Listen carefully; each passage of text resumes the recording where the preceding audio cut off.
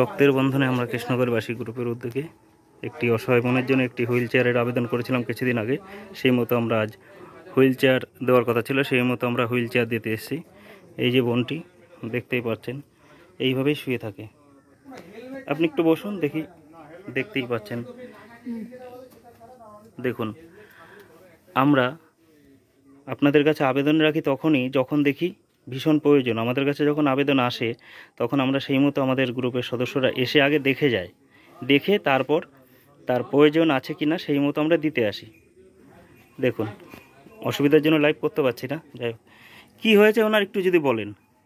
ওর একদিনের জ্বরে, জ্বর ছিল, হালকা জ্বর দিয়ে আমরা 3 দিন ঘুমিয়ে আছি।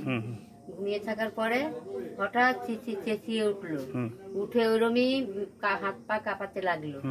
কাঁপানোর পরে এইরমই কাঁপানি থেকে গেল, মানে অনেক ওষুধ পালা করেছি, কিন্তু যখন কল্যাণী ভর্তি করব আমার শাশুড়ি বললো কি, আমি তোর মেয়েকে আমি রাখতে পারবো না, আরেকটা মেয়ে ছিল, অথচ ওই মেয়ের জন্য আমি আজ আমার মেয়েকে ভালো করে তুলতে পারি। তাই না? হ্যাঁ। যাই হোক, এখন ভগবান যাকে যেরকম দিয়েছে সেটা, তারপরে তো আর কিছু করার নেই। ঠিক আছে, আমরাও আছি আপনার পাশে। যেরকম যে সময় যা প্রয়োজন আমাদের বলবেন, আমরা আছি। আমরা শোনা মাত্র এই হুইল চেয়ারটি নিয়ে এসেছি দেখি বোনের জন্য। আর এর বয়স কত মোটামুটি? তাও 40। আর কত বছর থেকে এরকম হয়েছে? ধরো বললাম তো 9 বছর। বাপরে, মানে প্রায় 31 বছর ধরে এইভাবে বিছানায় পড়ে থাকে। সব ধরে আধার কার্ড ঠিক হয়নি তো? না, এমন কপাল যে আধার কার্ডও নেই। এই হয়, যার প্রকৃত প্রয়োজন সে সবসময় বঞ্চিত থাকে সব কিছুর থেকেই। এটা সব সময় কি অসুবিধা, একমাত্র মাই সন্তানদের ছেড়ে কিচ্ছু করতে পারে না। দেখুন, আসতে না লাগে, যেখানে মাকে সন্তানটা দেখে সেখানে সন্তানটাই এখন এর থেকে আর কি কষ্ট আছে। দেখুন, ভগবান যাদের না থাকে তাদেরই এই সব দেয়।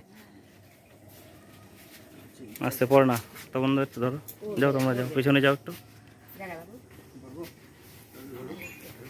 আসতে একটু হেল্প করো।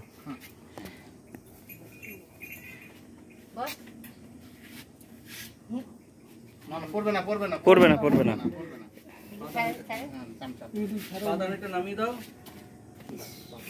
রক্তের বন্ধনে আমরা কৃষ্ণগড়বাসী গ্রুপের সদস্যরা এখন একটু দেখছি যে বোনটি হুইল চেয়ারে ঠিকঠাক বসতে পারবে কিনা।